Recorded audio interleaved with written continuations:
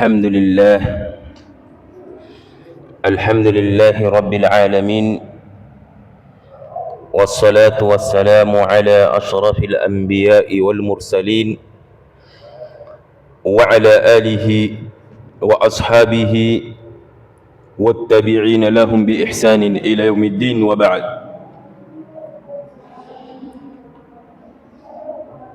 Katika kikao cha leo twasema ya kwamba Ramadhanun fursatun dhahabiyya litarki tadkhin.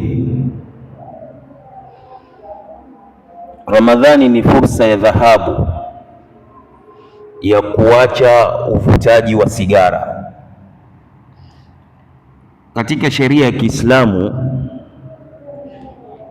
katika kaida za kifikihi zasema la dharara wala dhirar,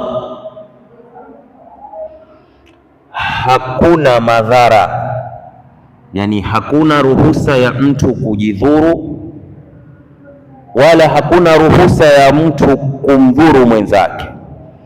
Kwa hivyo usijidhuru wala musidhuriane, la dharar wala dhirar.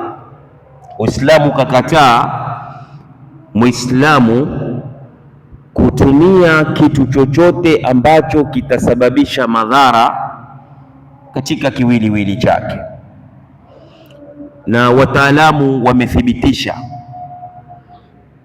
kwamba sigara ama uvutaji wa sigara una madhara katika kiwiliwili cha mwanadamu, na wengi katika watumiaji hili hulikana, hulipinga. Lakini pia wengi katika watumiaji ambao wametumia kwa muda mrefu kisha madhara yakawafikia, wanapofika mahospitali sasa pesa zatoka nyingi na afya kudhoofu, huja wakajuta wakasema heri kuanzia mwanzo tungekuwa hatutumii sigara. Haya yameshuhudiwa katika ulimwengu huu ambao twaishi sasa. Ikifika Ramadhani, wengi katika wavutaji wa sigara huacha kuvuta sigara, kwa sababu uvutaji wa sigara katika mchana wa Ramadhani huvunja saumu.